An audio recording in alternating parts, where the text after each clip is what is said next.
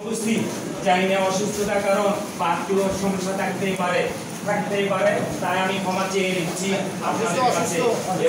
অসুস্থ ইতিমধ্যে ওনার ভাষণের মানিকের মাস্টার বলেছেন সে অসুস্থতার কারণে বাড়িতে আছে, জ্বর অবশ্য মাথা ব্যথা। তো আমি ক্ষমা চেয়ে নিচ্ছি আপনাদের কাছে। নিয়ম অনুযায়ী নিয়ম অনুযায়ী তেনাকে সবার কাজ পরিচালনার জন্য আমি আহ্বান করছি, উপস্থাপন করতে হবে। সম্মতি দিয়েছেন, এখানে আমি কার্যক্রম উপস্থাপন করছি। নিয়ম অনুযায়ী এখন পবিত্র কোরআন থেকে তেলাওয়াত করার